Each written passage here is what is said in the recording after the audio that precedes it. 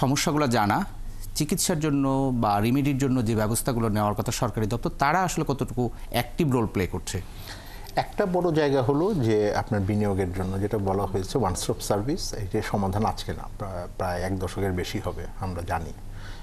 এইটার ব্যাপারে এখন বিডার যিনি চেয়ারম্যান আছেন উনি বিনিয়োগ সম্মেলনে বলেছেন যে উনি খুব দ্রুত এই ব্যাপারে পদক্ষেপ নেবেন। এখন সেটা কত দ্রুত আনা যায় সেটা একটা বড় বিষয়। প্রোগ্রেস ভিজিবলি এখনও যে খুব হয়েছে তা কিন্তু না, এবং এটা যতক্ষণ পর্যন্ত আপনি পুরোটা না পাবেন, আধা আধি হয়ে এটার পুরো সমাধান হবে না। ইন ডিটেলে যদি আপনি দেখেন তাহলে আপনার প্রত্যেকটা জায়গাতেই আপনার এই ধরনের কিছু কিছু সমস্যা আছে। বড় ইস্যু আছে হলো প্রেডিক্টেবিলিটি। এখন ধরেন বিশ্ব পরিস্থিতি খুব আনপ্রেডিক্টেবল আছে, হ্যাঁ, একদিকে ট্যারিফ ওয়ার হচ্ছে, ভূ রাজনৈতিক বিভিন্ন চাপের ভিতরে হচ্ছে। বিনিয়োগকারীরা এখন কিন্তু নতুন উপায় খুঁজছেন এটাকে ট্যাকেল করার। এখন সেই ডেস্টিনেশন বাংলাদেশ হবে কি না সেই কথাই বারবার হাতেম ভাইয়ের কথাও ফেরত আসছে, আমার কথাও ফেরত আসছে।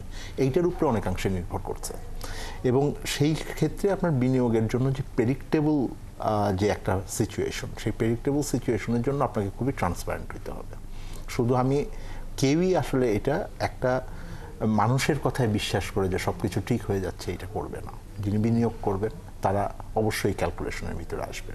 তার সাথে আমার দেশের ভিতরে যুক্ত হয়েছে হলো রাজনৈতিক এখনও একটা অনিশ্চয়তার ভিতরে। রাজনৈতিক দলগুলো এক ধরনের ঐক্যমত্যের ভিতরে আসলে, নির্বাচনের পথ পরিক্রমা থাকলে, এই যে যতগুলো পলিসির কথা বলা হচ্ছে এই পলিসিগুলোর বিষয়ে যদি এক ধরনের প্রেডিক্টেবিলিটি আসে, তখন কিন্তু দেশের ভিতরের বিনিয়োগকারী হন আর দেশের বাইরের বিনিয়োগকারী হন, এটাকে আলাদা আলাদা করে দেখার কোনো কারণ নাই।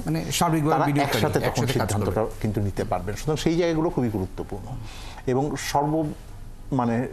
সবচেয়ে গুরুত্বপূর্ণ হলো যে একই রকমভাবে যে অর্থনৈতিক সংস্কারের ক্ষেত্রে এটা IMF-এর চাপে হোক, সরকারের ভেতরে হোক, সেই জায়গায় ভিজিবল জায়গাগুলো হচ্ছে কিনা। এবং কঠিন, আমি তো বলছি যে কিছু আছে আপনার খুব শর্ট টার্ম সলিউশন, সেটা দাম বাড়ানো থেকে শুরু করে অন্যান্য বিষয় আছে, কিন্তু মিডিয়াম টার্ম সলিউশনগুলো, যে আমার সরকারি অর্থের 5 টাকা জিনিস আমি 10 টাকায় কিনবো না, তাহলে কিন্তু আমার এই ইন্ডাস্ট্রিগুলোকে সাপোর্ট দেওয়া অনেক সহজ।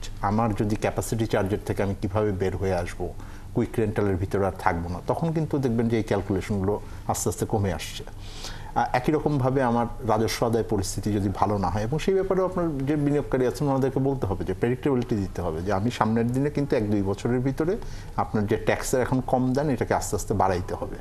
এবং তখন আপনি আবার ওনাদেরকে গ্যারান্টি দিতে হবে যে ঠিক আছে আমি দিব, কিন্তু আপনি ট্যাক্স এখন যেটা কম দেন, হাতেম ভাইকে বলবো আমি যে আপনি প্রফিট করেন, প্রফিট করে যে ট্যাক্সটা দিবেন সেই ট্যাক্সটাকে আমরা কিন্তু আবার অ্যাডজাস্ট করে নিয়ে আসতে হবে, তাহলে আপনাকে সাপোর্ট আমি দিতে পারবো। আমার ধারণা যে যদি বিনিয়োগকারীরা অধিক লাভ করেন তখন অধিক ট্যাক্স দিতেও কিন্তু সমস্যা। আপনি একটা জিনিস বলছিলেন যে IMF-এর চাপ আছে, আর একটা বিষয় হচ্ছে যে জিওপলিটিক্স, মানে ভূরাজনীতিতে আমরা আবার নতুন করে একটা ভূরাজনীতির মধ্যে আছি, সেটা হচ্ছে যে ভারত পাকিস্তানের কাশ্মীর ইস্যুকে কেন্দ্র করে।